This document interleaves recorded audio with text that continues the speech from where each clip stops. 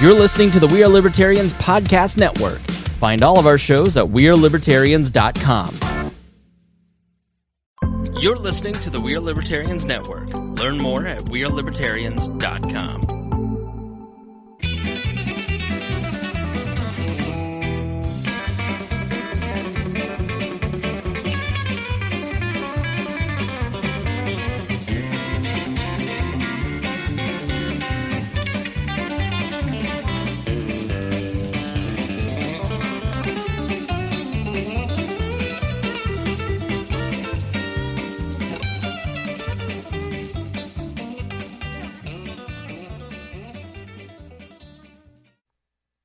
Welcome to the Boss Hog of Liberty podcast on the We Are Libertarians Network. I'm your host, Jeremiah Morrill, and as always, I'm joined by our co-host, Dakota Davis. What is up, Jeremiah? This is either episode 72 or 71 or 71.5. We've been negotiating that amongst ourselves. Not 100% sure. We went the basically 2 weeks that we've been having a chat going, getting this show ready. It's been titled episode 72.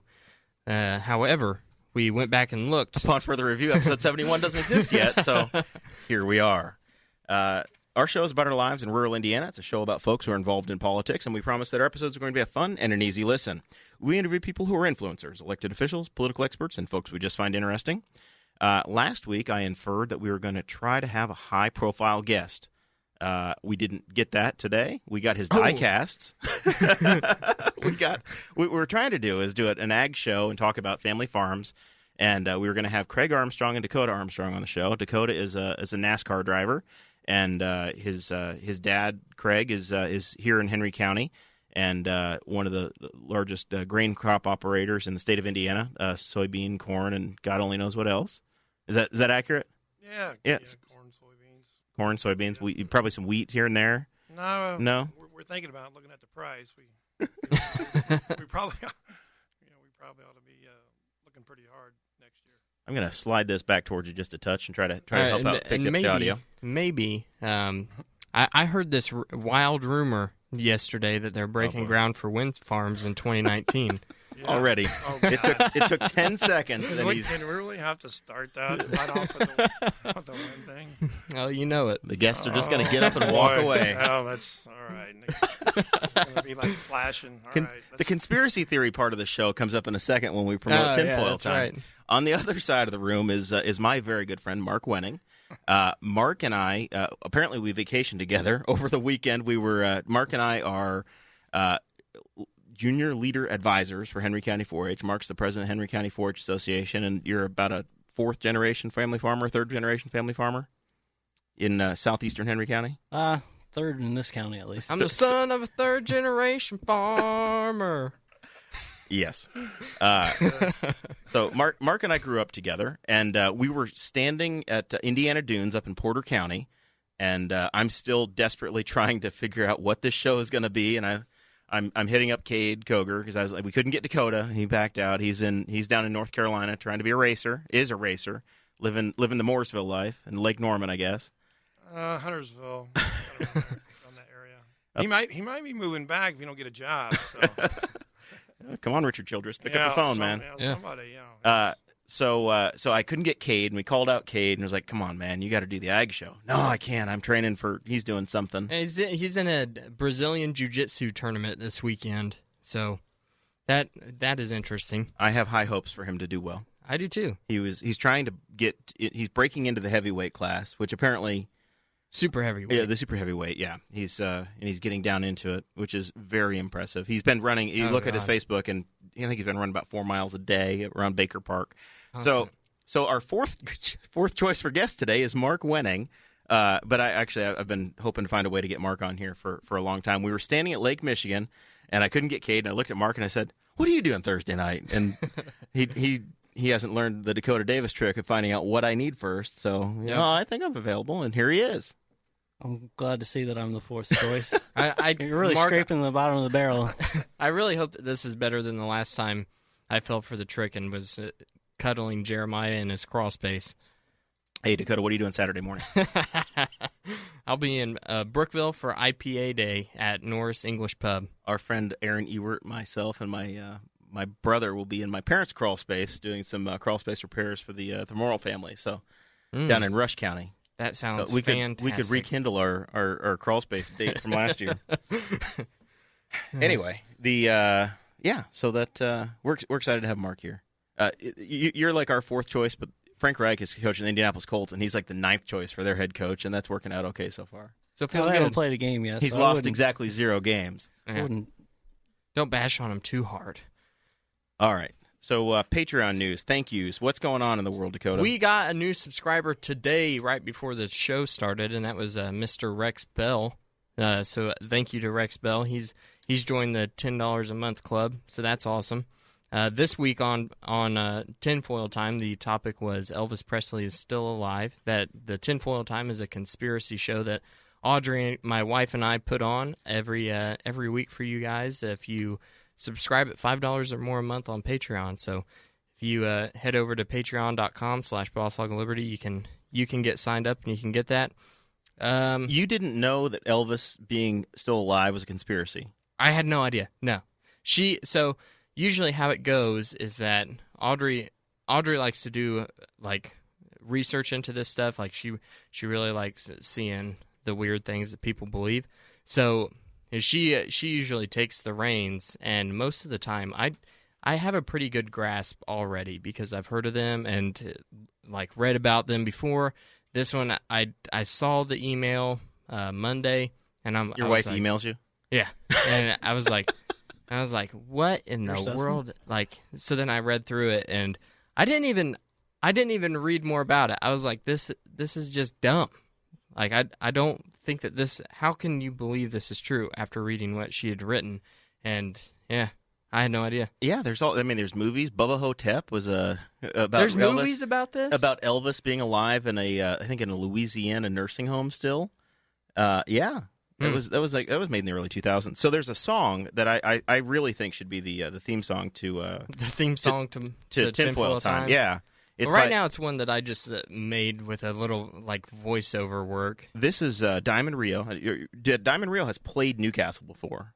Really? Yeah, they played. Craig, do you remember this? About 10 years ago, they played the Arts Park Pavilion down there. I didn't know that. Yeah. So. And I saw them live down in Florida once upon a time. So this little song here, it's called "It's All in Your Head," is the conspiracy theory song of theirs. I'm just gonna play the hook for you, and you give it a listen and tell me if maybe we can work this into Tinfoil Time. All right. For the permanent rotation. I'll let you know. All right.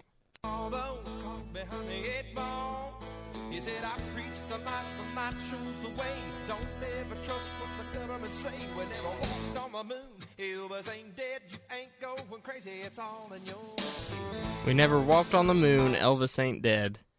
Yep. You ain't going crazy. It's all in your head. Yeah. That's your show, man. That is like if our show was a song, that's what it would be. And I looked it up when I listened to the to your episode this morning. I was truly excited. Like I have not had a clue about your what your conspiracy was. I'm like, oh my God, Elvis, great. And then Audrey's like, yeah, nobody knows about this except for Jeremiah because he's old. And I'm like, God, that's a stinger. and then I go looking for this video, this song, because I hadn't heard it in 15 years, but I knew it was out there. Mm-hmm. And there was a music video, and it's Martin Sheen and his son are in the music video. What? Really? Yeah, Martin Sheen, who's in The Departed and West Wing, and Emilio Estevez's dad, Charlie Sheen's dad, and then the third brother who nobody's ever heard of plays his son in this music video. So if you were a Patreon subscriber, you would have seen the video. I shared it in there earlier today. All right, enough of that.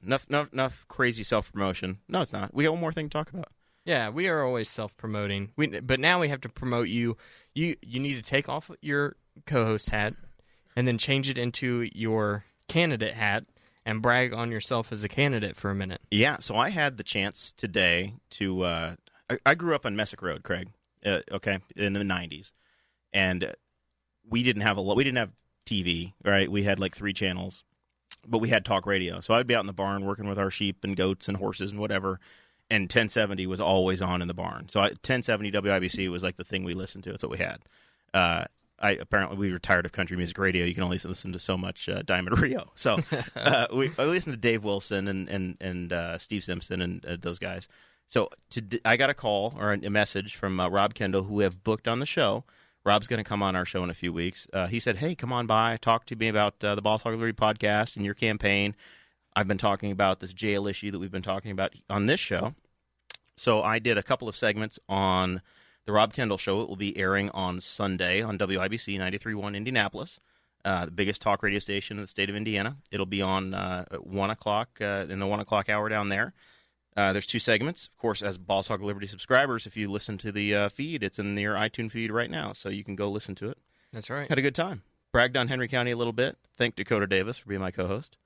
And we had some fun. So yeah, I listened to it today, and you did a really good job, and I think that you did a good job of pointing out some of the issues that other candidates, other people who are maybe campaigning against you, that the ideas that they have for funding the jail, and why I think in my mind and in the minds of a lot of Henry County residents really proves to all those people why you're the best candidate for the job. I appreciate that. I sent it to the Libertarian National Party today and said, hey, you guys may want to look at this. And they listened to it and said, actually, you advocated shooting other libertarians. You advocated violence against other libertarians, so we probably can't promote it. I said, oh, darn it.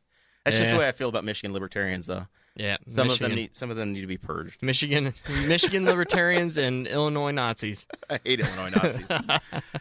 All right. So, yeah, the last thing, September 13th is our target date. So we shared the thing on the studio, but September 13th, we're trying to do our first episode down on the new studio, far, far north of Q Avenue, almost to Broad Street.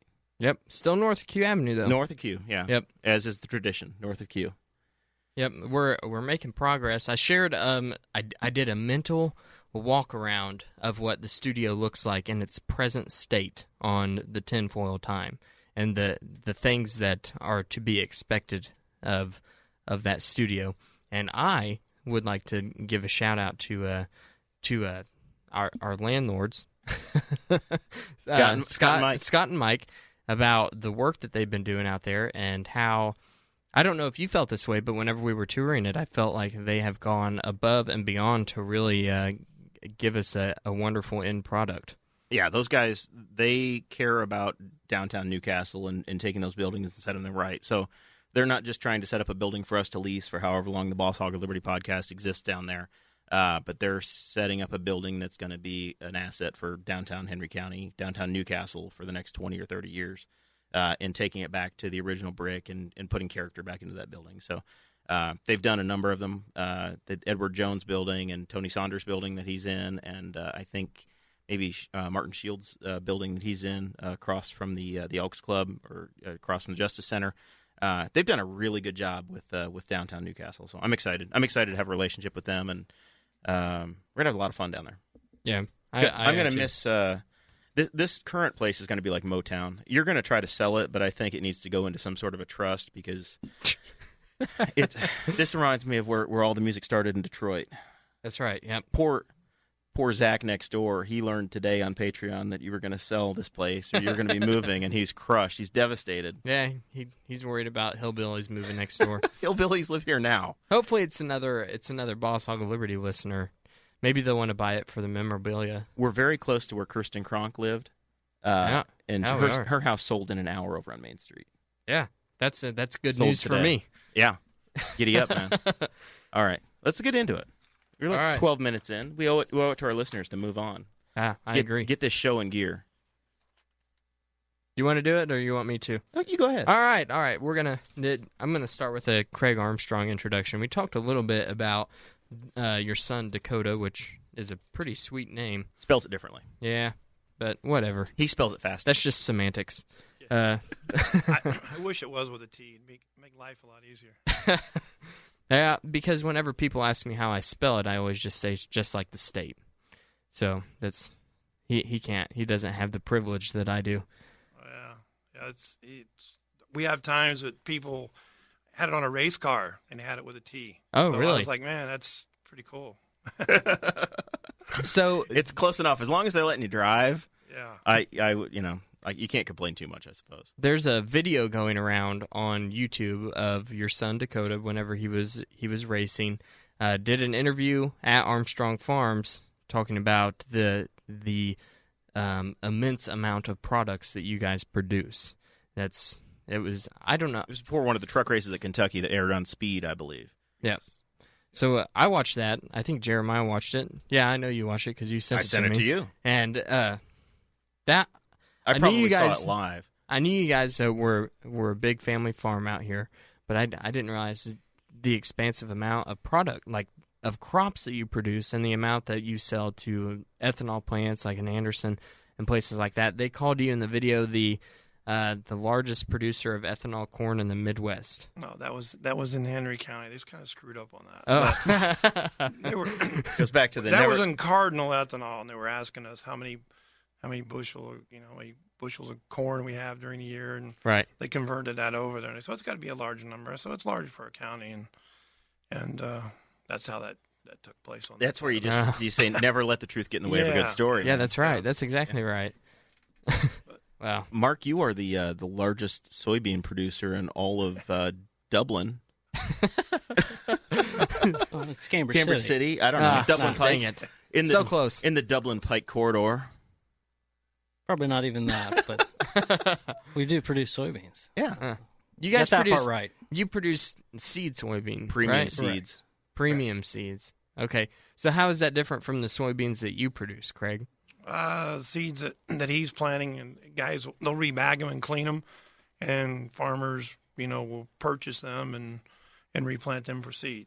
Okay. So most of my seeds are going to like Bungie to a crushing plant to make soybean meal and stuff like that. Morristown. You just go down to Morristown, Shelby County. Yeah. They do. I think during the season they'll crush around 175 to 180,000 a day, which that's 180 semi loads a day. That's a lot of tofu. Does all of these beans just go to tofu or what? What do you actually go? What do you make? It goes to everything, man. Hey, Tootsie Rolls, man. It goes into Tootsie Rolls, crayons. There's like these are soybeans. Yeah, well, there's. I'm going to give a card away if somebody can guess. Text it in here. How many? 1 acre. How many crayons will it make? 1 acre of soybeans. 1 acre of soybeans makes how many crayons? And you get a die cast. You'll have to come by Dakota's house and get it, or we'll make arrangements. Yeah, we can ship it off. All right, that's the way it works. There's people watching the live feed. First correct comment down. It's got to be down to the crayon. There's no rounding here. It's got to be exact numbers only. Yeah, it's like guessing how many gumballs there are in the jar. So do the So I found out when I bought these for 99 cents that we are definitely getting ripped off. We can make a lot of boxes.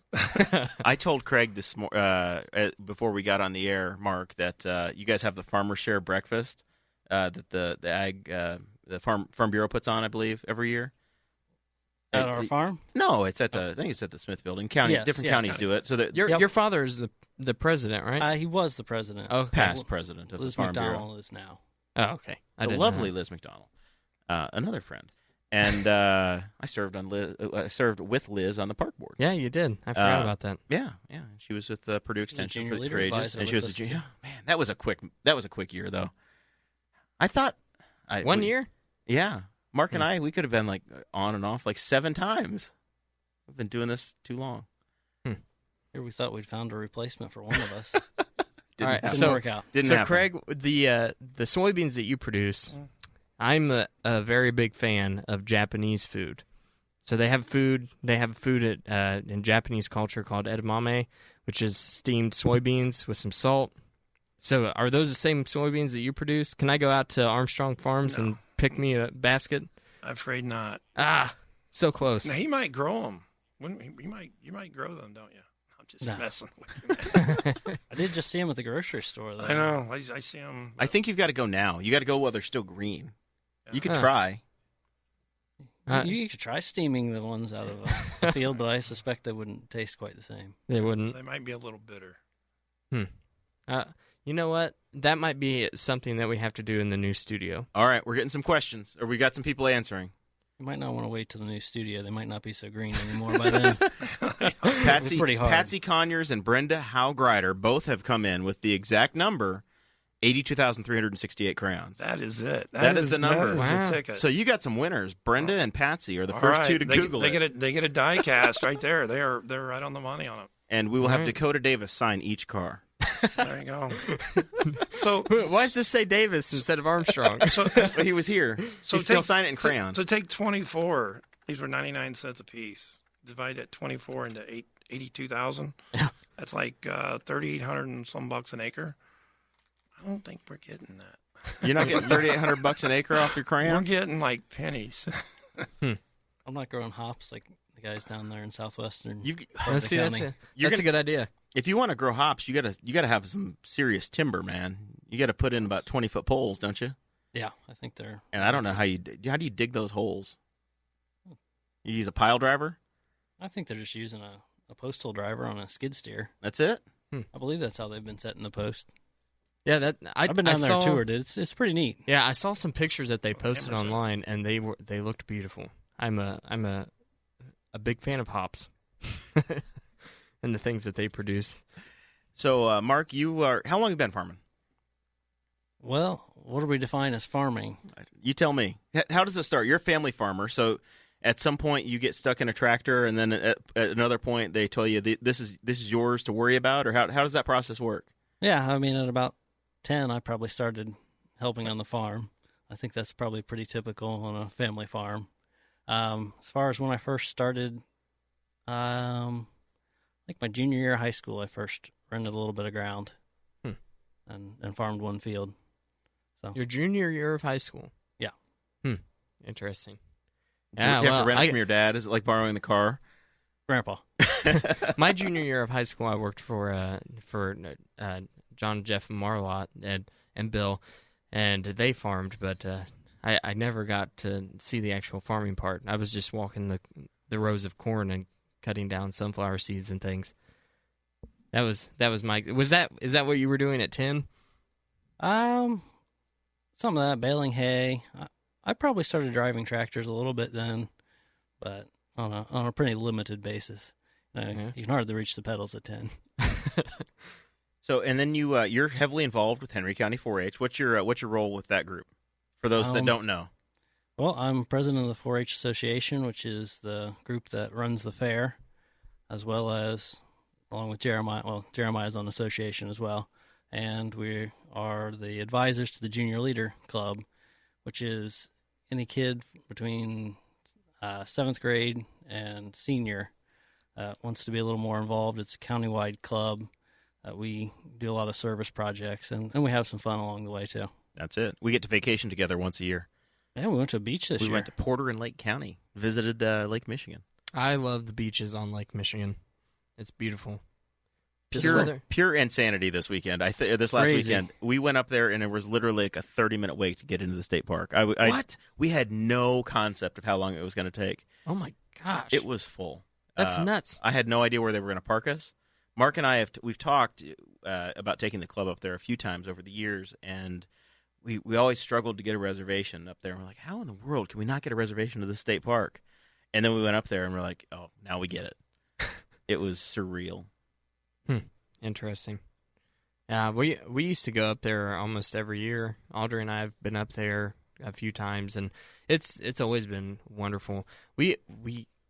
The first time that we went, we were driving through this neighborhood looking for public beach access, and then we started seeing really, really nice homes that are on the beach, and then all of a sudden there's a sign on the road that says you are now driving on private road.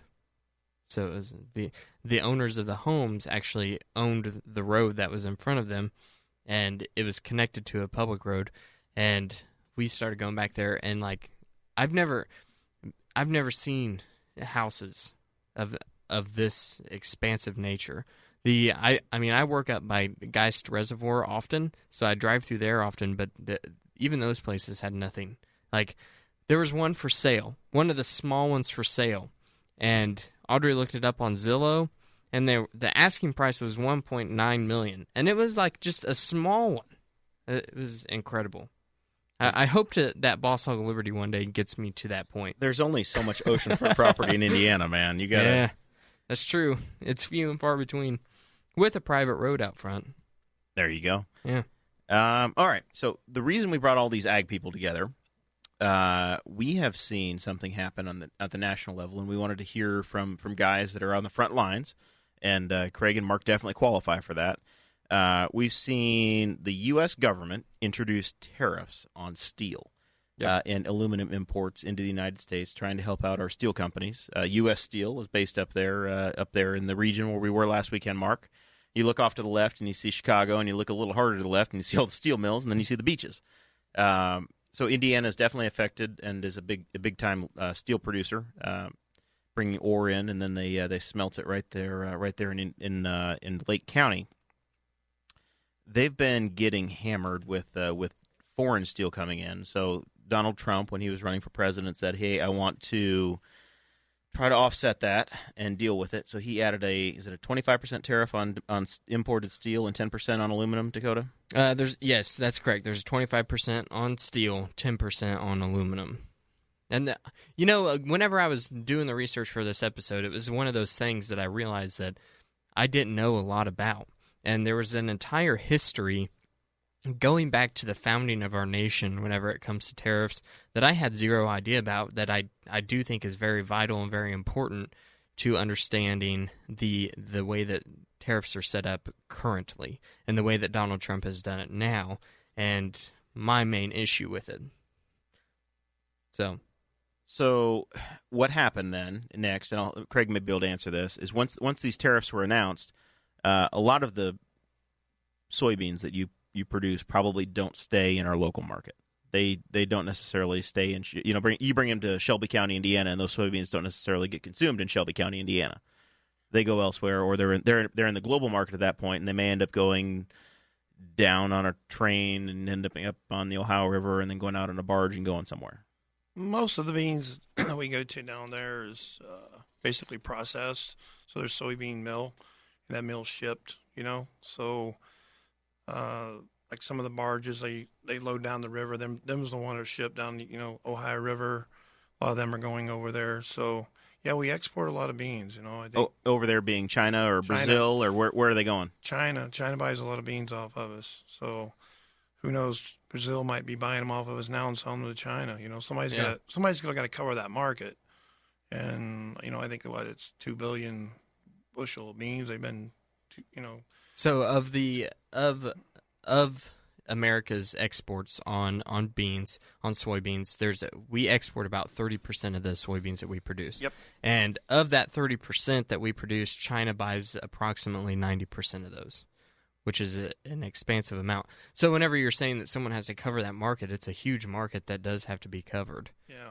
And what their threat is, and it's one thought that, I think that every single one of us have had it when thinking about this is they need our soybeans more than we need their steel, right? Absolutely. So it's that's obviously a big bargaining chip. However, I think it was July 1st, China came out and said that they're trying to secure deals with the Brazilian government on soybean exports. So you mentioned a minute ago that Brazil might be buying our beans and then reselling them to China. I mean, it's a thought. I mean, yeah. Their transportation over there is horrible. We complain if we wait in line for 3 hours. Sometimes they wait in line for 3 days to get offloaded with your product. Yeah, so the transportation, it's getting better. Their railing's getting better, but we can ship and move move a lot of beans pretty quick. So I think that's going to be an issue for them, whether Brazil, buys the beans off us and them ships go into port. Who knows what'll happen? Or they unload ships and, there is contracts, guys that own ships that go back and forth. So who's to say they're from here or from South America? So I think that's going to be a thing that could play out. There's going to be a big hole to fill. So when the president is getting into this sort of a tussle on the international market and it's affecting your livelihood, what happens? What goes through your mind, and what are you looking at? Are you nervous about what pricing is going to do? Are you looking for assistance? What's the feeling when this is the environment you have? You haven't had to sell beans yet. You had to harvest. These tariffs started getting talked about January, February, March. And so now you're looking at having to, I guess you'll run beans again September, October, November, December, somewhere in there? Yeah, September, October. No, it's a concern. I mean, I'm sure every farmer that don't, beans were up there in price, and I'm sure a lot of guys got some beans locked in at a decent price, and then they just fell out of bed for about, almost $2 off of them. So, I don't know how they're going to make that up if they get this stuff settled. It's something that needed to be done. I mean, we can all sit there and say, well, it's going to hurt some, it's going to help some. I see where U.S. Steel is going to open up, 6 plants or something they're talking about. So yeah, I saw that too. And, we're dependent on a lot of foreign steel. So, I think U.S. was concerned that, hey, if we went into war with somebody, where are we going to get our steel to build ships and tanks and stuff like that? So, I mean, we got an $850 billion trade deficit. We can't just keep doing it. Whether, I farmed in the 80s, so we left ground out. There was guys that went in a PIC program and they didn't plant any corn. They got paid to leave all their acres completely set out because we were overproducing. Oh wow! And basically we had you can leave 30% of your corn bases out, 40%. And basically, the guys got paid to, we were overproducing back then. There was no market. So, consumers only spends about 4% of their money. We're the cheapest nation to eat. Only spending 4% of your income. In some of these countries, they're spending 50%, 100% just to stay alive. Getting back to the tariff thing, I'm sure it's a lot of concern with a lot of people. But I think they'll get it worked out. I think we got a president that's a businessman. Whether you like him or you hate him, what he tweets. I'm glad we got somebody like him as a business guy, and hopefully they'll get something ironed out and make a good decision. Yeah, so I think that point is where it's important to talk about the history of the of tariffs in the United States. So it's because I didn't know it. I didn't know the history. The entire time that I've been alive, we've been free trade with industrial nations, right? So I didn't realize that the second piece of legislation that ever passed through the United States Congress, signed into law by George Washington in 1789, was actually an act of tariff. So we needed a way to finance the debt that we had with France because of the Revolutionary War and how they helped us out with that. We needed a way to fund the travel for the elected officials that were traveling back and forth to Washington. So that the idea was we'll introduce tariffs on imported goods, and it was across the board. It wasn't we didn't pick winners and losers by deciding who we were going to slap a tariff on and who we weren't. But we just had a flat 20% tariff on any imported goods into the United States. The 20%, it was much lower in 1789, but the average that I found, it's really hard to find absolute numbers for a lot of those dates. There's like 100 years that I couldn't find actual information on, but I did find a website that said that the average tariff from 1789 to 1913 was 20%. So, and then in 1913, basically for that time, our federal government was mainly funded through tariffs. Correct. 90% of our federal government was funded through tariffs. In 1913, that's when we introduced the 16th Amendment, and that's when we started instituting an income tax. And then tariffs have changed over that time. And basically in the last 100 years, they've not been a level tariff. Now you've got this arbitrary, we've got tariffs that protect this industry that go against others. Some places haven't.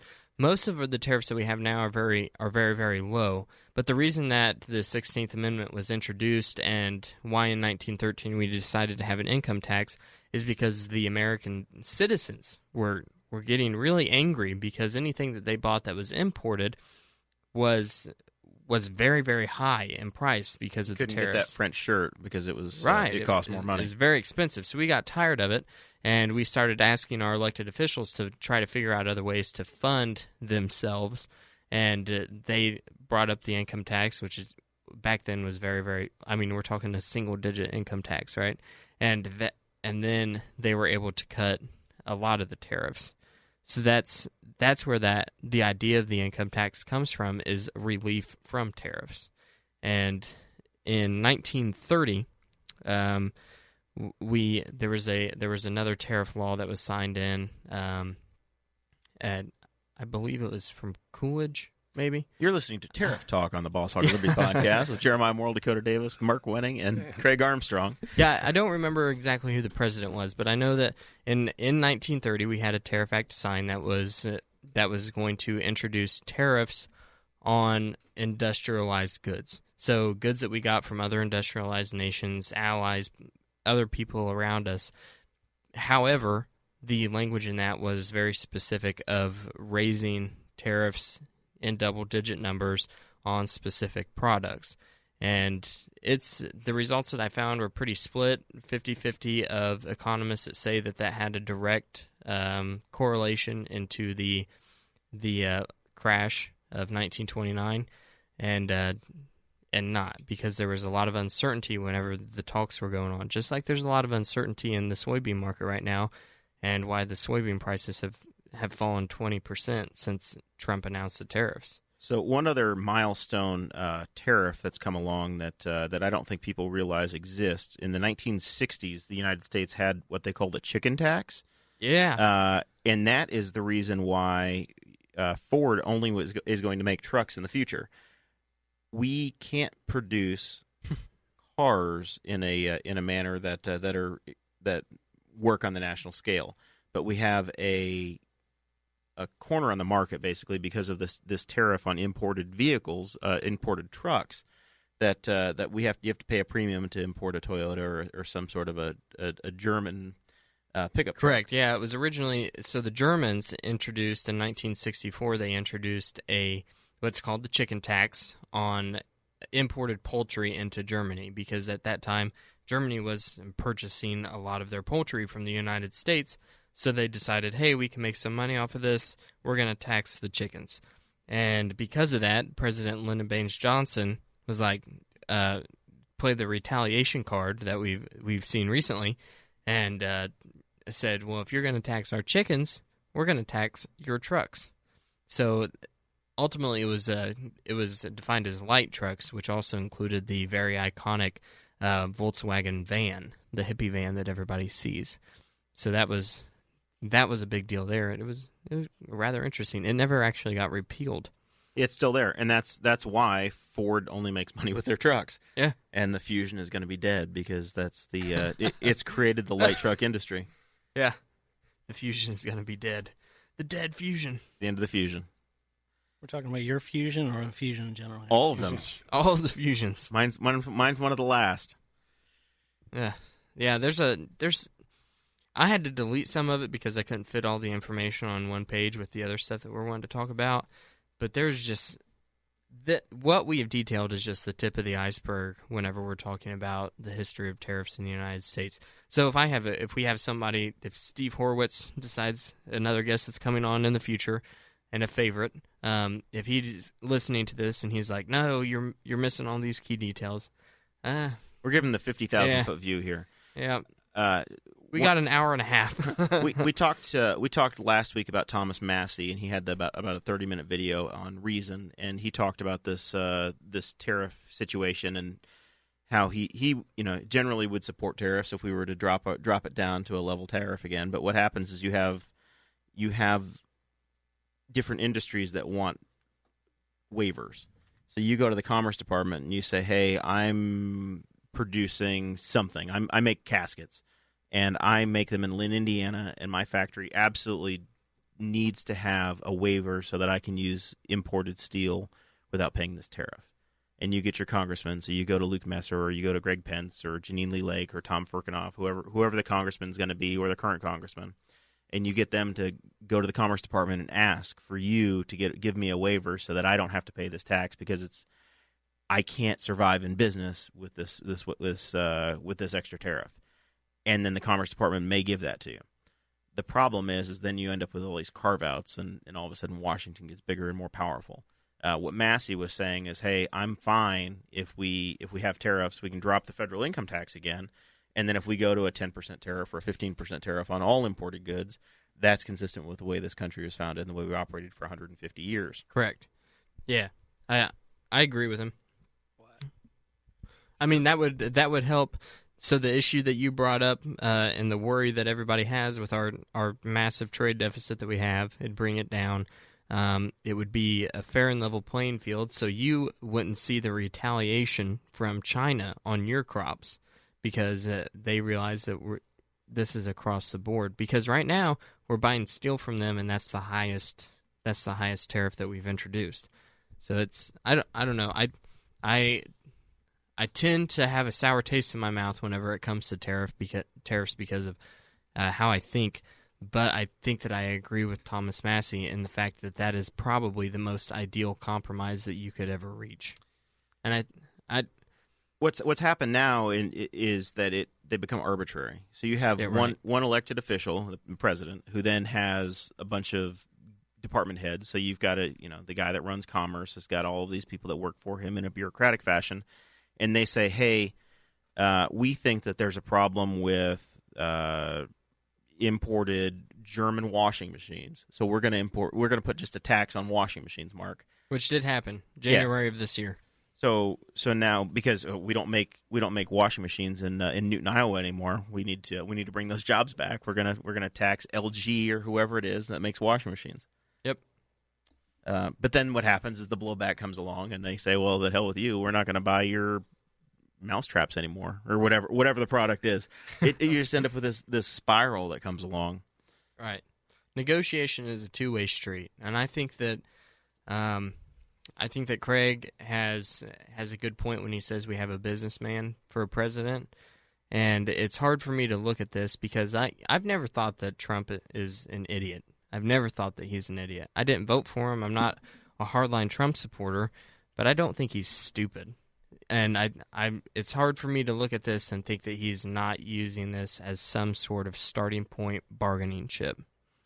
Mark, from your seat, is this, your industry is affected by this? Is this something that you watch or pay attention to, or you just kind of continue on, and then when it comes time to make decisions about what you're planting or what things look like, do you make decisions at that time? Is this something you follow on the regular, or is it a wait and see? We've lost Mark's mic somehow. It's gone terribly wrong. Uh-oh. Can you hear me now? No, something has truly failed. What's going on with Mark? I don't know. Did Mark unplug himself? I hope not. He jumped out on us. He's not unplugged over here. Oh my goodness. What a mess. Try again, Mark. Now? Yeah, there it is. Yeah.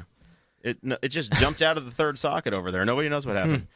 I didn't do it, I promise. Craig's the one sitting over there. I didn't touch it. But no, we're paying attention to this.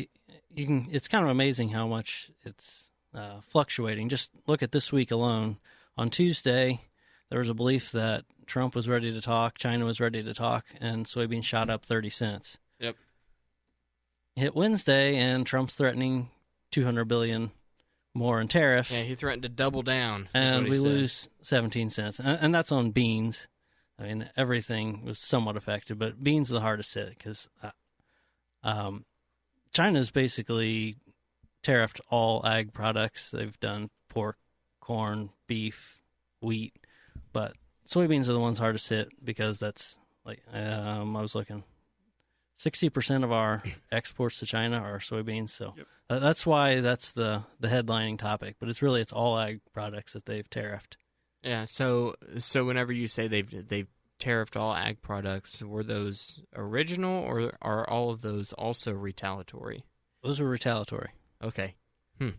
I didn't realize that. Right. Very interesting.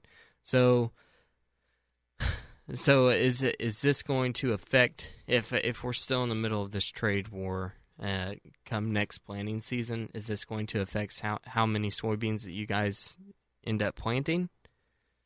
I don't know what we'll do. I'm sure countrywide. It's a secret. He can't tell the Chinese what he's doing. That's I'm sure countrywide confidential decision for the Wenning farm. An effect. Yeah, nationwide, you're going to see less soybeans. Absolutely. You'll see possibly more wheat, more corn. Everybody's going to be doing the math and see where they can actually make some money. Why do the Chinese buy so many soybeans? Are they making Tootsie Rolls over there too? They buy a lot of soybeans. They use them for a lot of different things over there. And I think what was it, like 2-point-some billion bushel they use of soybeans? Mark might know that. I had that written down on my phone. I was just looking at the notes. That sounds right. I think from what I've It's like what I've seen, I think it's a little you're over right. 2 billion bushel of soybeans they use. So I don't have that actually written down here. That sounds about right. I Yeah, didn't make we're that gonna as part of my go notes. with it and say it's right. If we get a message later, oh well. I know it was about $15.5 billion total of Right. tariffs they put on you do all know ag products. we're only like what 1.7% of the population farmers. Yeah, But, yeah, just less than 2. I don't know if you guys, if it's that bad, I don't know. It's not really a good thing, but suicides in our occupation, I just read the other day, is the highest in the last 24 months of anything out there right now. So It's been it's been a real thing. I know the Purdue College of Agriculture has been looking at it and trying to look at programs and raise awareness. It's a legitimate problem right now. But these people in this business, man, it's a passionate thing. We're farmers are they're about raising a crop, and the margins are going to be tougher and tougher, and we got through it in the 80s. I'm sure that we'll go through a cycle. Carter had to put the embargo on grain back when he was president, so that kind of killed us during that time too. So it's we haven't went through any rough times, what I'm saying, in the last several years, and it's going to be interesting to see how we get through this. So talk us through what happened in the 80s. I assume there was a lot of consolidation in the market, and farms you either got bigger or you got out of the game. Well, what really happened, late 70s, early 80s, ground prices went up to like $3,000 an acre. I'm just talking about here in Henry County. And then what happened, interest rates went so high. I bought my first farm my senior year of high school. They're variable rates at that point, right? I assume. Yeah, I mean, some guys didn't have stuff locked in, but they were high. I think my first farm I bought, I paid 15% interest. But they were higher than that. They were 18, 19. Some guys bought them, then the interest rates went up, and then the ground prices went down. I mean, they couldn't even pay the interest on them. So ground went from from $3,000 down to $1,000 to $700-800. In the 80s, you could buy a lot of ground for $800 to $1,200 an acre back then. Right after that fell in the late 79s, early 80s, and basically the interest rate just ate guys alive.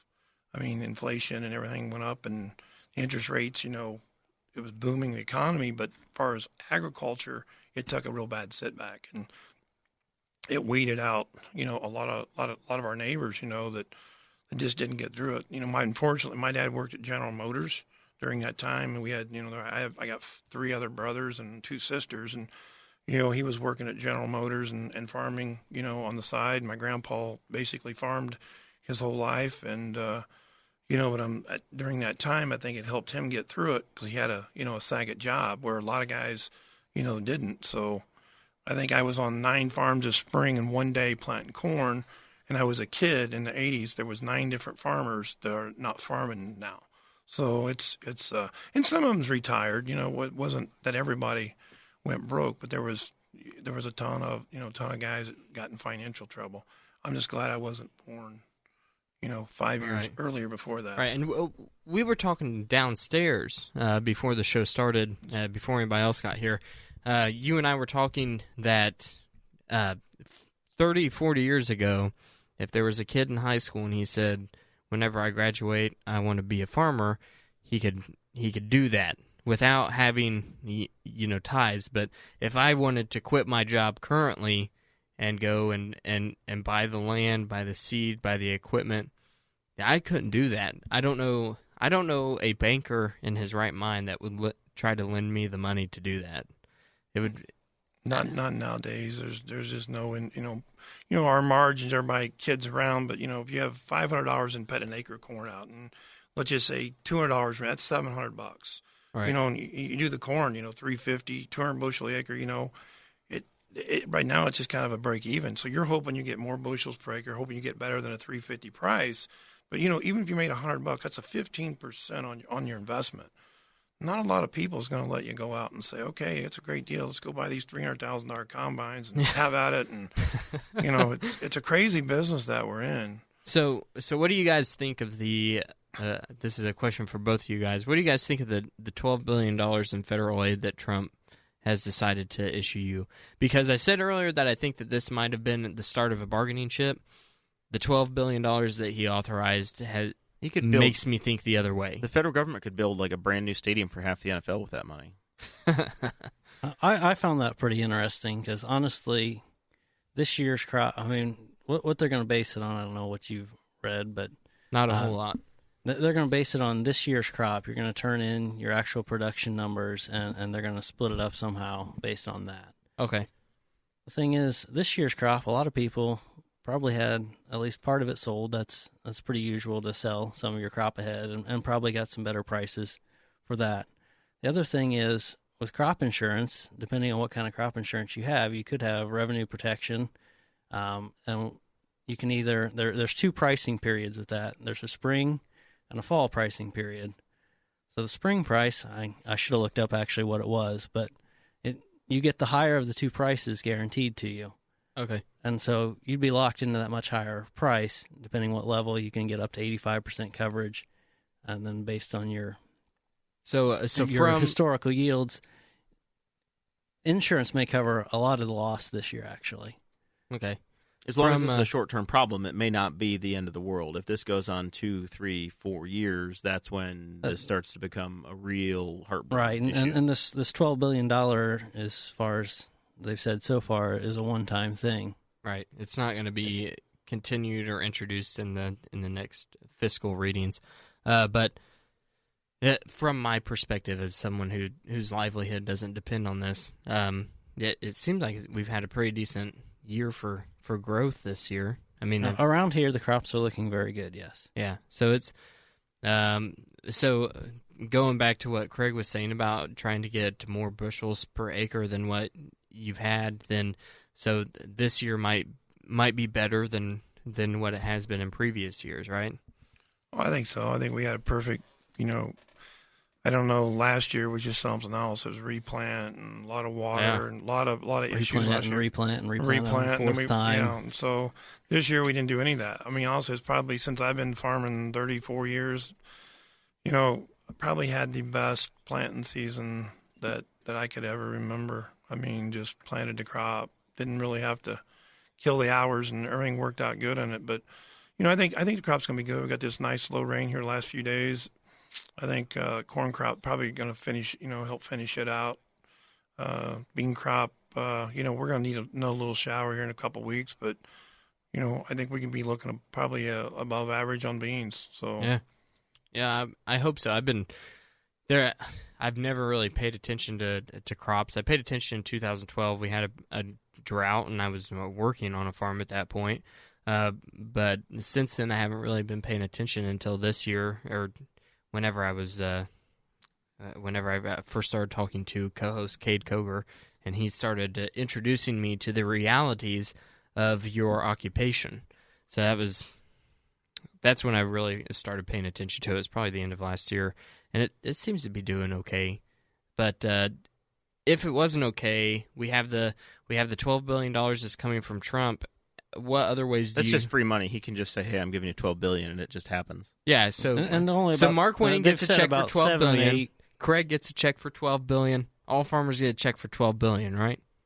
Not exactly.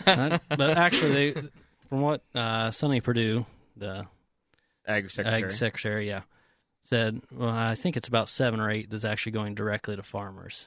7 to 8 billion of that. Really? There's going to be some for trade missions, and I'm not exactly sure where it's all going. What I was reading, but 7 or 8 billion probably directly to the farmers. You might get $100, Mark. When it's all said and done. I might. So speaking of that,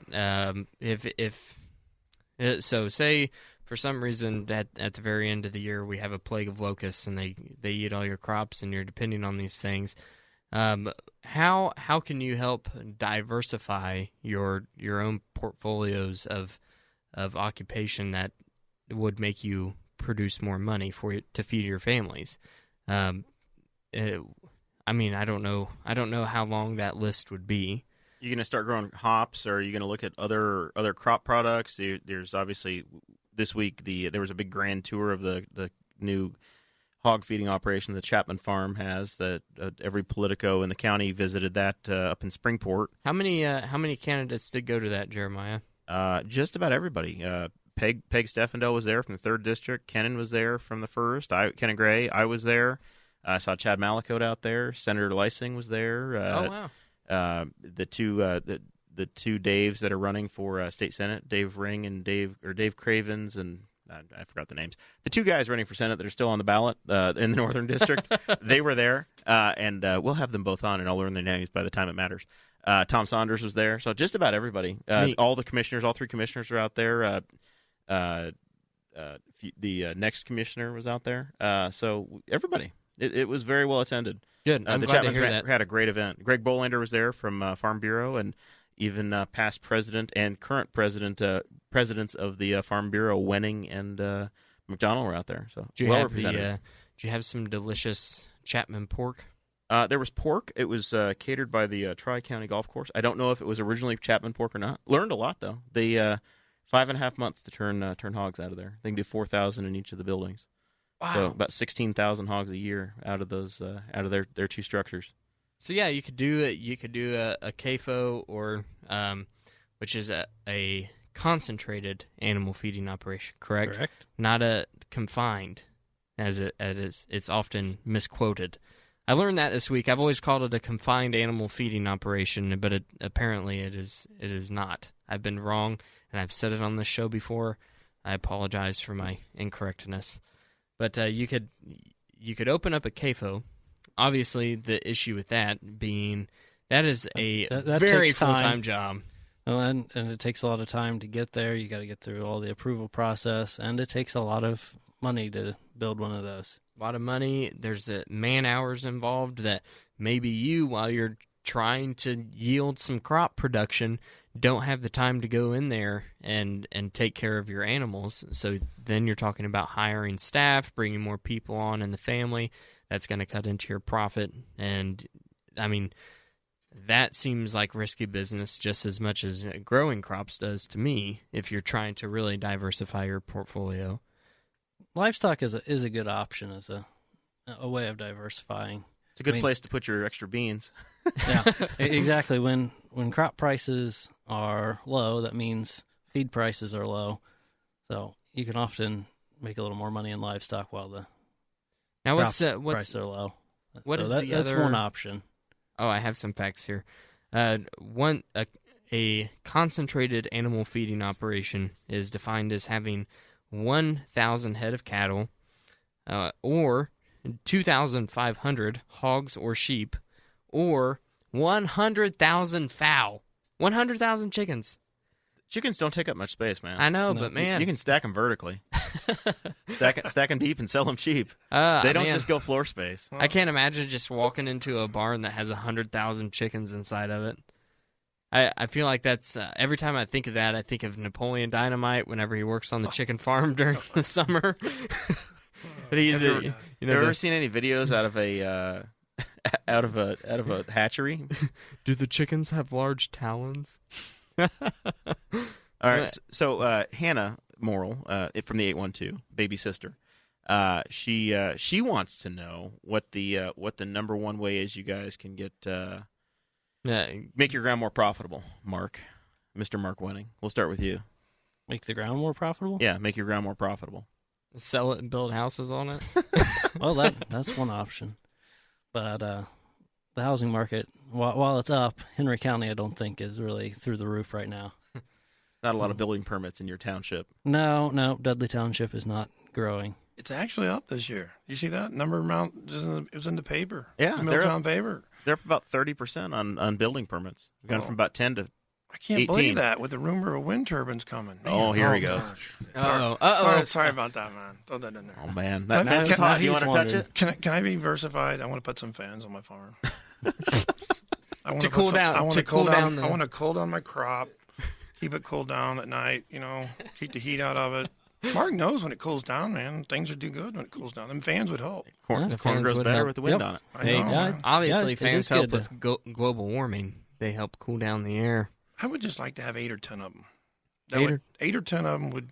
10 of them would not quite pay our property tax, me and my brother, but it would sure help out. I would like to have one in my yard just so I don't have to pay an electric bill anymore. Hannah is. I could probably do that one with a short one, right? and I wouldn't have to go to Darren Jacobs about that. Hannah's coming really? in saying that the correct answer is tiling your fields. She's saying that if you tile, you may have tiled all your fields Number already. one answer, Sonny Beck said the first thing you do when you buy a farm, you ditch it and then you lime it. So said you can put all the phosphate, all the potash you want, but if your pH ain't right, it's going to tie it up. And he does. When he buys a farm, he ditches it. I mean, we spend a lot of money on ditching. I got a company called A-Team Excavating, and we do county work for them. Rich Gregory runs it, and my youngest son, he'd rather do that, I think, than farm. I think he found a new occupation.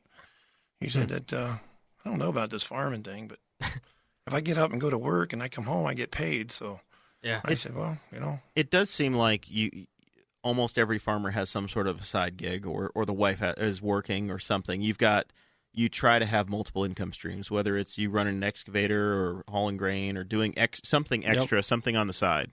well, And as we're talking about, we do drainage tile and a little bit of excavating. That is the side gig for us. So that's how we're diversified. There you go. Huh. So if you need any bodies buried, call Mark. yeah. That comes with a very high fee. How high? You don't want to know.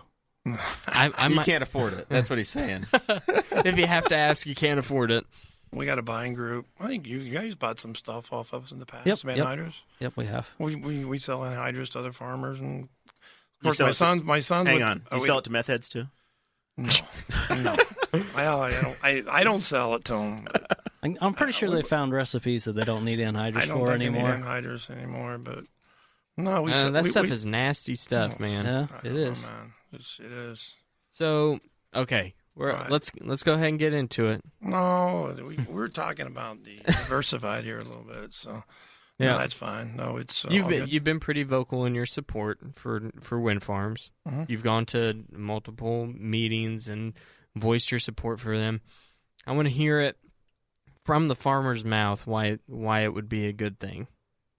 Basically, I just went and my experience. I just went and did the homework. I mean, I went and talked to people myself. I went to Benton County, talked to people there. I talked to people at Randolph County, and These are places that have installations that are running. They've got them in there, and I would say, if I went and talked to 10 people, I would say most of the time it would be 9, if not 10. I even had a lady that gave me a ride on her gator, and I thought that was hers. Come to find out, she only owned 3 acres and jumped me my butt and said, "Are you one of them proposed, against Henry County, that's against anhydrous wind?" I said, "No, I'm not. I'm just here to talk to you." And she took me back there, and we listened to it. And she brought me back behind her house, and she said, "What do you hear?" And I said, "I hear your air conditioner." So she was exactly so. My thoughts are on How it. How close did she live? Do you know the distance from her to a foundation? She was 1,100 feet from one of them. I think their rules over there was 1,000 feet. Okay. So, and that's most of the state. And here the proposed is 1,500. yeah, it's 1,500. The problem is price deals went up, so that's probably gonna hurt the deal down the road here, So my deal, just figuring it out for the county, would in 30 years, just from the math, if it stayed the same, they would receive almost $42 million of revenue, even with the tax abatement. Okay. And then you have the farmers, which if they put 100 of them in, it's about $10,000 per turbine. There's another $1 million. And then some of your neighbors who are not opposing, they're going to get some checks. You know what I mean? They're going to get paid for, to have to kind of look at them and stuff. But then we're going to get some new roads. Just to be clear here, I mean, it's always talked about the farmers are going to get all this money. The farmers aren't anywhere near all the landowners in the county. We rent a lot of land. There's, just neighbors that have an 80-acre piece of land they rent to a farmer. They might not farm it. No, right. they don't farm it. But if the wind turbine went up on their land, they're the ones that are going to get the income from that. Yeah. Oh, okay. And I got a lot of money. I'm sure he does too. It's on a fixed income. So when you're paying, the rate of $40 to $45 an acre, and just in property taxes, and the landowner and the farmers are paying, if you look at 71% of the county tax.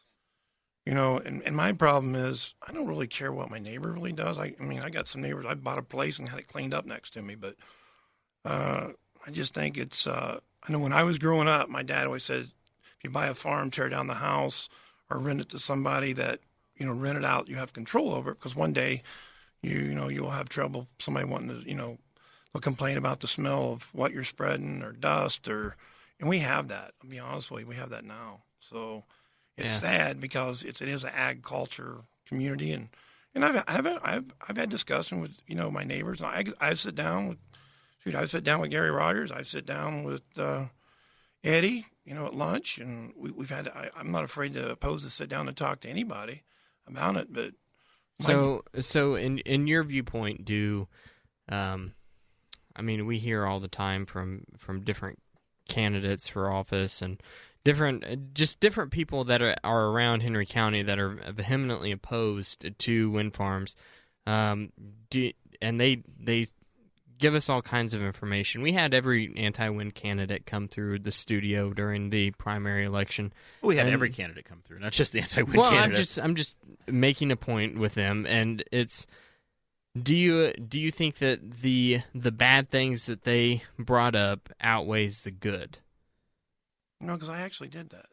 Okay. The flashing light, the so-called noise, Right. And I've stood at the base of infrasound one, and it's got a hum. I live close to the interstate. There's every bit as much hum coming off the interstate as there is off of a wind turbine. Do you have an official position on wind turbines, Mark? Or would you rather stay neutral? Personally, I think it's landowner's choice. If they want to have them, they can. Yeah. I had a contract that was presented to me.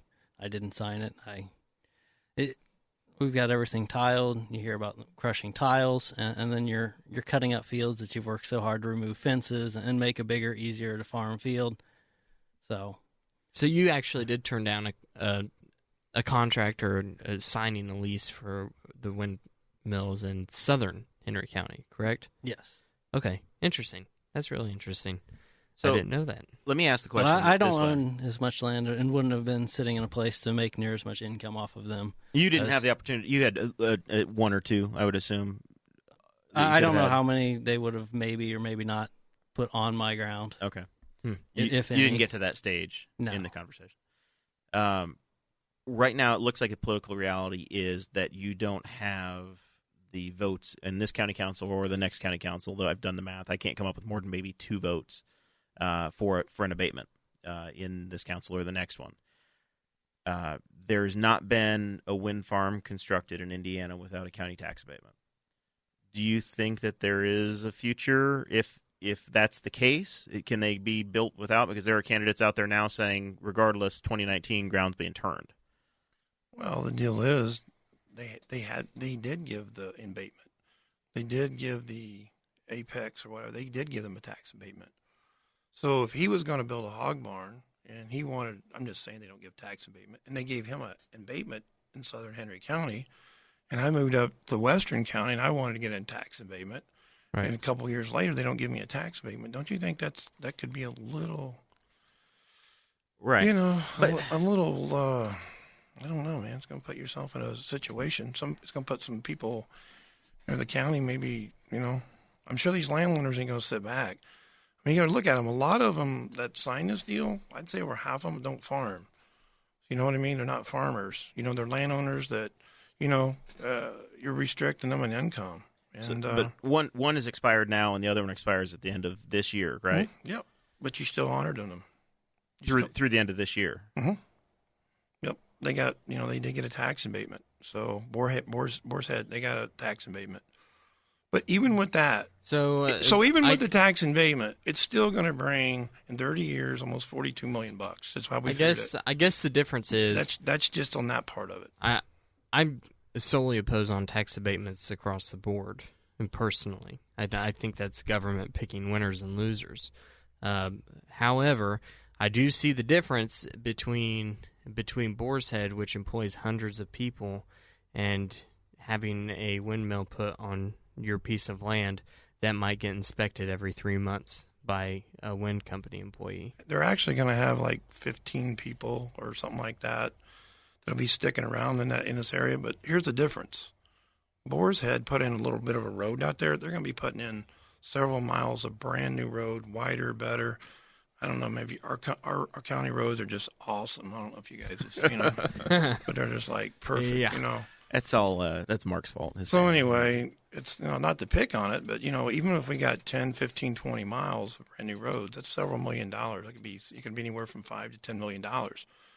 That's actually, that's going to be brought back into the deal. Because what happens is during the construction period, any roads that are destroyed, they have to put them back to at least the condition they were in. And what's probably going to happen is they're going to end up replacing the roads. So any of the haul roads that they used to construct the project would get replaced. And the difference is, you're saying that Boris said you don't believe in the tax abatement. Think about the landowners and the farmers with that money that they're going to get paid. That money, we don't hoard money. I mean, farmers make it.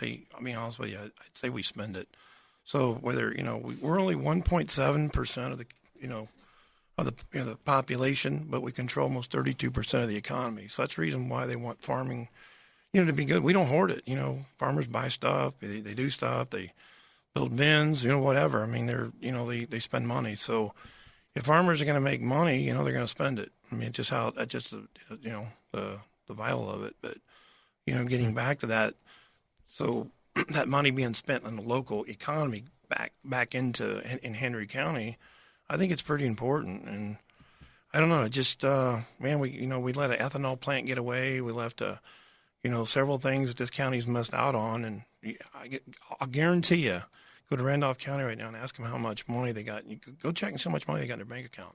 They got solar panel farms. They got the wind turbines moving in. How in the world does the state of Indiana get the ethanol plants in probably some of the worst area of the state of Indiana in that area of that ground? I mean, it's the least producing, corn and soybeans, and yet they got all the ethanol plants over there. So you kind of scratch your head that somebody over there may be making some better decisions for the county. That's the only thing I can think of, because financially they're going to be way better shape than Henry County down the road. Why?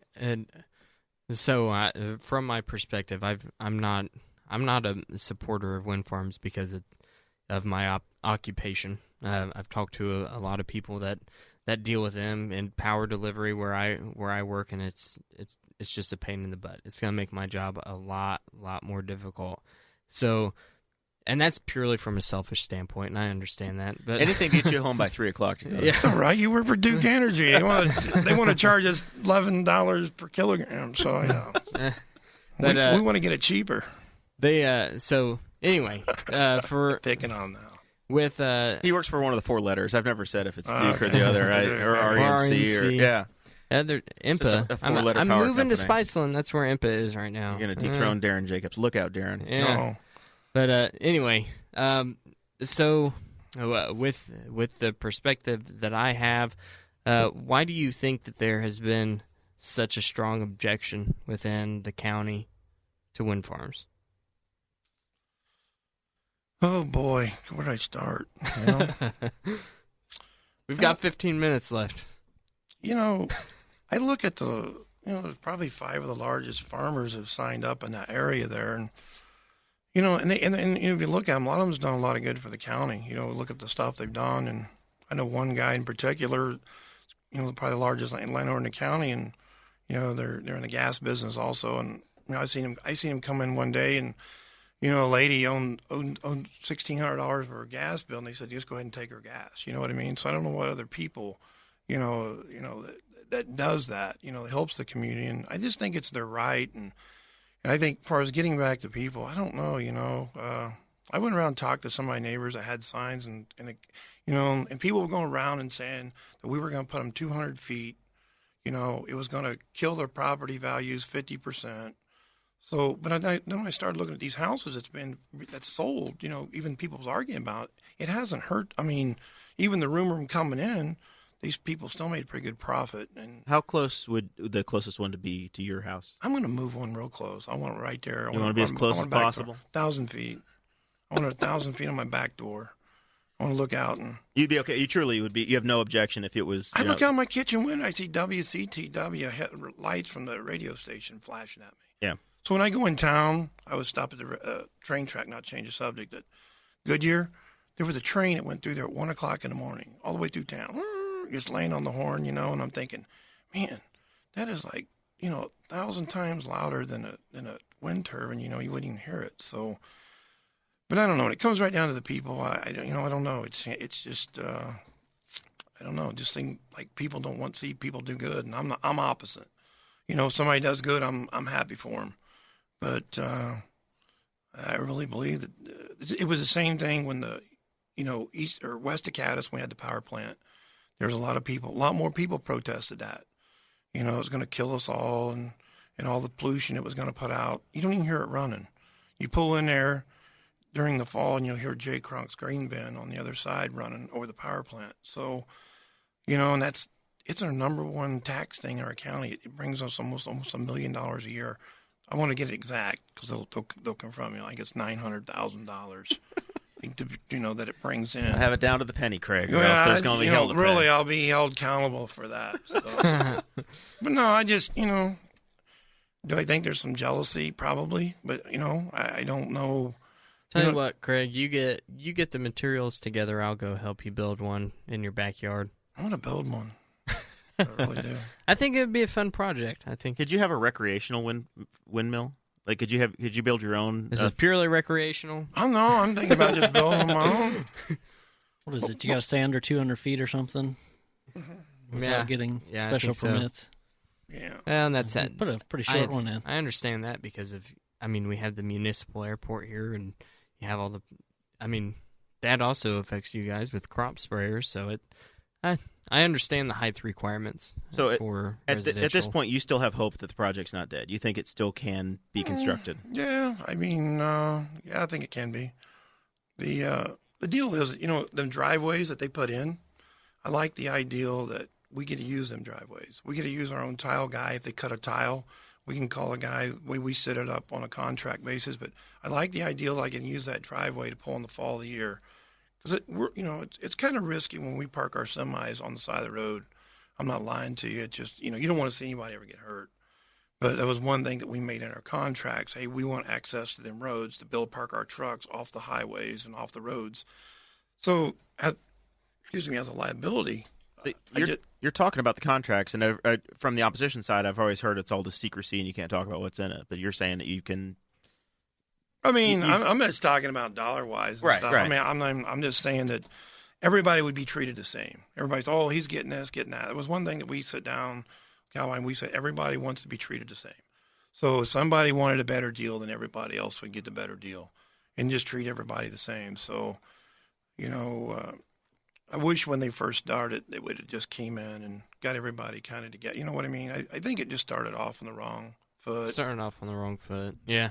And just let everybody, sit down and talk and, see what's the best for the county instead of just – because there's really not a lot of farmers that oppose it if you stop and look at it. If you look at the people in the meetings, there's maybe one farmer, but there's maybe a couple landowners. A loud group that turns out, though, is opposed to wind farms. What's that?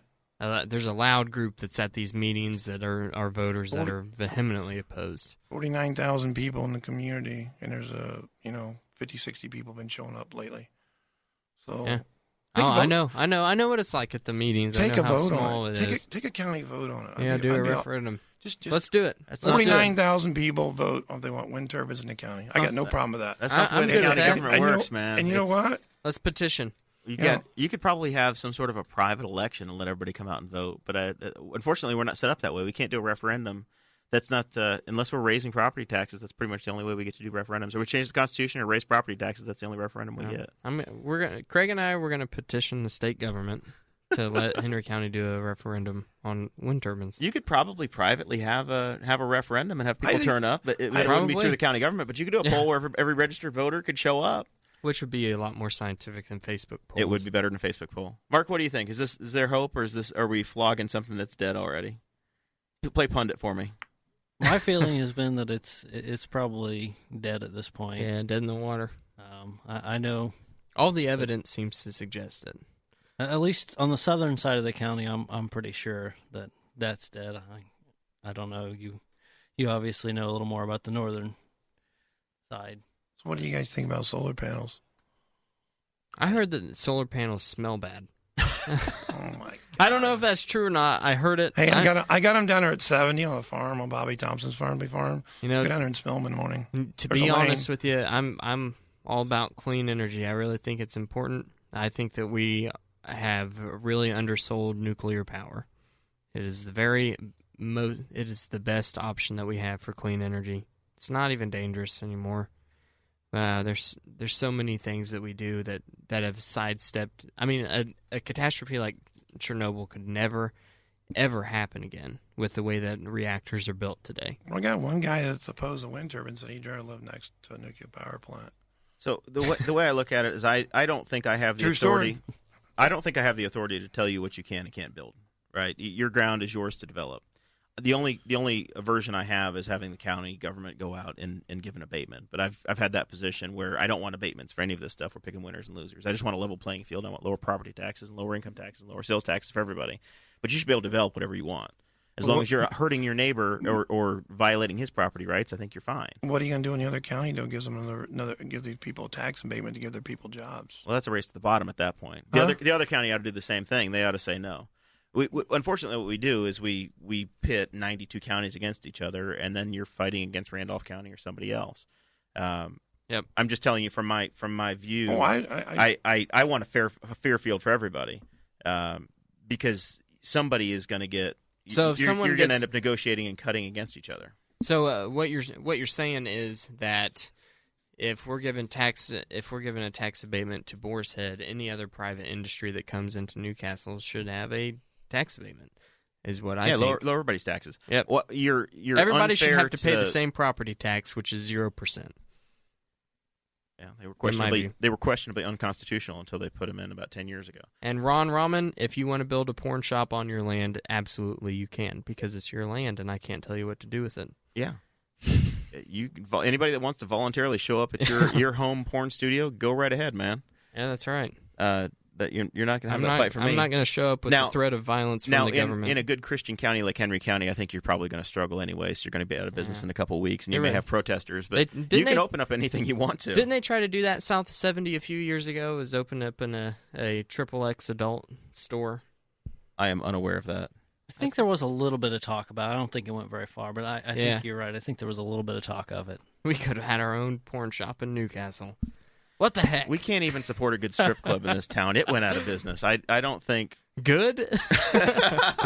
Or a bad one. I don't know. I never visited. Craig might know more about it than we do. No, I don't know. Yeah, I was never old enough. Oh, there's eye rolling going on in the chat, going, "Oh my God!" We take this stuff seriously, and it's the same. It's the same application of principles. You can have any crazy idea you want to, and you're free to try it, but the market's going to tell you no. You know, you don't have to have a law to tell you that all bad ideas shouldn't be against the law. And when you do pass an ordinance, what happens is the sheriff's department has to come in and show up, and you put those guys in harm's way. Sometimes it's better. Rex Bell's famous line is, "There's a difference between crimes, vices, and bad habits." That's exactly right. So, with that, I think that we're ready for final thoughts. We're already an hour and 25 minutes into this thing. Can you believe it? Yeah, I can. Yeah, yeah, you can. When you're gonna have 2 or 3 pages of show notes, I knew it was gonna be one of those days. Oh yeah. All right, Craig, as a regular listener, we're gonna take final thoughts and give you a chance to promote things. We haven't talked about racing yet, so this might be a time where we talk about a little racing. All right, let's change the subject. All right. But no, I was actually, my nephew's racing tonight at Anderson Speedway. They have a sprint car race over there tonight. It's the Toothless 250. I watched a lot of Anderson racing on HBO back in the day. No, this is actually not. It's actually this is legit. He's driving. Actually, Randy Neal owns a race car, and we got a guy that works on the stuff at the shop. And it's actually when they run the same cars they run at the little 500 the night before. 11 rows of 3. Yep. So they're over there, and we're just. My youngest one's going to be running Winchester 400 coming up later on down in the summer, and Dakota's just doing some testing. He's looking for a full-time deal. Even do a part-time deal. We talking to some people for next year, so hopefully that helps him out. That he can get back into doing it. That's what he wants to do. So other than that. I'll just I got to talk to Mr. Dakota over here and get him I should have brought him. I had a little statue, a little wind turbine deal. Should have brought him. Spin around. They could have replaced the Rubik's Cube. We put one in our logo. I requested one be put in our new logo because we've talked about him so much on the show. It just didn't feel right to not have it in there. It's the Shenandoah wind turbine, is what I was told. Yeah, it's in honoring the. He never did Great ask. Northwest. He never did ask my question though. He said they smell, but he wasn't opposed or nothing for the solar panels. I'm not opposed to solar panels. You can regulate AC sine waves that come off of solar farms a lot easier than you can wind farms, which is my argument against wind farms. So what your big Duke power towers you got with all these waves coming through there? So is it bad? We'll call them brisket energy. So is it bad to live next to them when you hear them things buzzing? Man, I'm in there. I'm in and around them every day. I mean, it causes beard growth. I know that. I don't. As far as I know, there's no these the people who preach EMF frequencies and the damage that they cause. There's no actual concrete scientific proof from major scientific organizations. So I don't believe it. I mean, I'm around it every day. I don't wear a lead suit every time I go in there, for a REMC or IMPA or wherever substation, that's, I don't know. And there's guys that I know that have been doing it for 45 years. It's that argument is null and void in my opinion because I've seen proof otherwise. But all jokes aside, I would sit down and have a conversation without getting mad with anybody in the county. Yeah, I think that's a good thing to do. I mean, I think when people get all riled up about it, I just think it's crazy. But you know what I mean? It is going to be what it is. If it happens, it happens. If it don't, I'm not going to go to bed and crying about it every night. So it's just my personal opinion. I think it'd be good for the county. Understand. Well, we thank you for showing up. How do people get in touch with you if they want to follow? They want to follow Dakota's Racing. They want to learn about farming and the kind of thing you do. How do they reach out? What's the best way to follow you? Just follow. You can email me. It's Craig@DakotaArmstrong.com with a DA, not TA. Just had to be different. Yeah, but no, that's probably the best way is just email me, or And did you do some racing too? Is that how you guys got started in this? I just race motorcycles. I would never let my kids own a motorcycle. I asked my dad one time. I said, "Why did you let me do it?" And he said, "Well, I had 3 other sons." So, he had backup plans. He had backup plans. So, no, I just not motorcycles. I ride one, but I just didn't want my kids on one. So, yep. But you had the knack for racing. Yeah, we liked it. I actually when Dakota won Talladega senior year of high school, I was home planting corn. His mom was there, and I had to go home and watch it on TV. Was he in a Penske car? Yes. Yeah. Yes. Yeah. So he's driven for Joe Gibbs, Roger Penske, and Richard Petty. Well, he drove for Penske. Well, Penske kind of helped with the motor program with Cunningham, so it wasn't like a full-blown Penske. They when we called over and complained, they would give us stuff. We had to call and complain a lot. So Roger's a really neat guy. Sitting in his motor coach one time, he's really pretty cool. But Richard Petty's like the awesomest guy, though, man, to sit down. He could tell. I could listen to hours of him tell stories. He told Dakota he drove his race car to a racetrack, raced it, and the owner made him drive it back home the night after he won. So, yeah, drivers got it pretty easy nowadays. They fly in and get in the car, they race and go home. But yeah, listen to Richard Petty's stories was pretty cool. I mean, he's a pretty cool guy. And your daughter-in-law was one of my horse and pony kids. I announced all of her contesting for the 10 years she was in Henry County 4-H. Really? Carly, yeah. Oh, yeah. So we had she's one of our horse and pony kids. Very proud of her as a Henry County 4-H alum. Well, they got a son, so their son's 5.5 months old, so they're enjoying him right now. So I told her maybe there's just a time that letting you enjoy him. This year's a good year to be at home. Yeah. Look for him in Daytona, if nothing else. Yeah, hopefully that'll happen. All right, I have to reach out to Patsy and Brenda now and get these cars sent off to them because they won the contest. I'm brokenhearted that they left already, man. I looked at them and went, man, those got to go home with me. It's all right, Sarah. I might. If you guys are really good, I might get you guys one. Okay. Very good, Sarah. Hopefully, Sarah lets me take one home at some point. Mark, tell me what you think. Final thoughts. You got anything to pitch? Get kids to join 4-H. Buy your corn. That'd be great. Any adults out there that are looking to help Jeremiah and I out with the junior leaders, we're looking for volunteers to split the duties. But yeah, 4-H is a great program. Audrey said no, Mark. Sorry. I know we tried. We did bug her about it already. She helped out. Audrey helped out with the cheese ball day. Yeah, That's once a permanent fixture. Yeah, she said yes, so she's expected to come back next December. Exactly. You're penciled in for years to come. And bring her husband. Yeah, she has duties now. She replaced her mom. It's a generational thing. I wound up a 4-H leader because my mom was, and Audrey's mom had the sweet cheese ball station, and when she got out of 4-H, she bumped up to having to do that volunteer work. So once you guys have that first kid, and they 20 years down the road, then Audrey can replace herself. See, I don't know if my kids are going to do 4-H. I don't think it's a choice they'll have. Do you guys have show chickens? Yeah. All right. Of course. You can show chickens. They might show chickens then. You can show pigeons. You can have as long as Darren Jacobs lets me have them in Spiceland. Well, I mean, it would be very sad if Darren ran out the 4-H showbirds out of the county. Mm-hmm. And a goat. All I want is like 4 hens and 2 goats. You don't want one goat. One goat is loud. 2 goats are quiet. I need 2 goats. You can show your goats too. Yeah. Carly showed chickens, I think, one year. Okay. Yeah. You brush their feathers? I don't know. I'm going to ask her that. I just seen her have it in her hand on an old picture. You know, it was really funny when we first met. I was planting corn, and she was riding her bike. She was 5 years old, and Dakota was sitting on the trailer with me. And we were planting, and I go, "This little girl keeps waving at you over there." And he goes, "Oh," he was like so embarrassed. I go, "You never know, man. You might marry her one day." we farm all the way around her house, and in first grade she wrote a little card. Carly loves Dakota, and never gave it to him, and she kept it. Oh, that's cool. And they hooked up their senior year of high school, so it's a pretty cool deal, pretty cool story. Audrey's in the live chat, and she said that every kid should do 4-H. So, agreed. Sold. We have her support. There's some pretty good stats out there about how much more successful kids are that do 4-H, stay out of trouble, go to college more. It's really a great program. There was a vegan video that was put out this week that had me in absolute tears laughing. Too much soy, man. I believe your sister shared that. My sister shared it. I did see that, and I was dying laughing because it says it turns you into a serial killer, because the first year you have an animal, you love it and you're attached to it, and by the 10th year you're looking at it as a business transaction. And I said, well, this is where I got my ability to not cry at my wedding, because I went through almost the entire day. Yeah, but stone-faced. Sarah broke the secret and told the world that you did cry. So just a touch, just to appear human. This is like Dexter over here.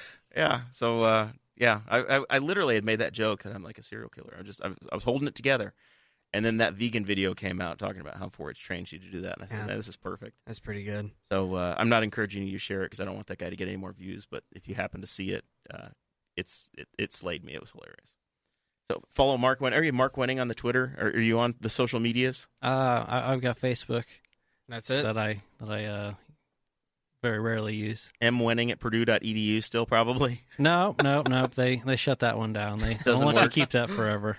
You don't have it forever. All right. Well, if you need Mark, search him on Facebook. We'll tag him in this. And you want some excavating services or some tiling done, or you want to buy some corn or join 4-H, he's your guy. Edamame. Or if you need to come get a few bean pods to try that out. If you want to test crop of edamame. But you can probably drive a little bit less and go to Craig's.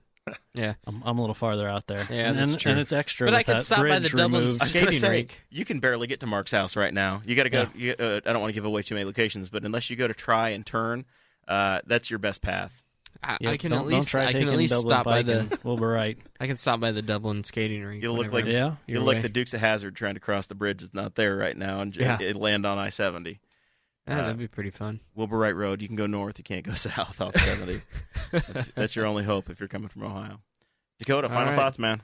Guess my final thoughts are I really liked doing the research for this episode. I know that I created a clickbaity graphic for this one with the wind turbines and everything else that was on there, and I recognize that wind turbines and everything agriculture, because of that, has really divided our community. But I think that I do think that wind farms are a dead issue in our county at this point. It's just every single bit of evidence. There's no evidence whatsoever that tells me or should tell anybody else that they're even a possibility at this point. And so I want to encourage everybody who is going to vote in the November election to really to look past it and think of other issues that are actually important, because I don't think that wind is an issue, and I want to tell Susan that she's done a really good job of recognizing this fact, and she's moved past it. Susan Hoon, who's running for county council, and she's been doing a good job of putting other platform issues out there. So I want to say that, and I also want to say that, as always, we have a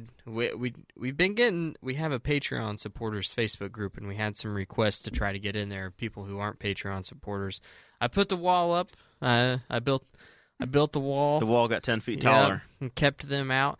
So if you're one of those people, and if you're listening, and to get in the group, I should have already messaged you, but you do have to join at patreon.com/Boss Hog of Liberty to get in there.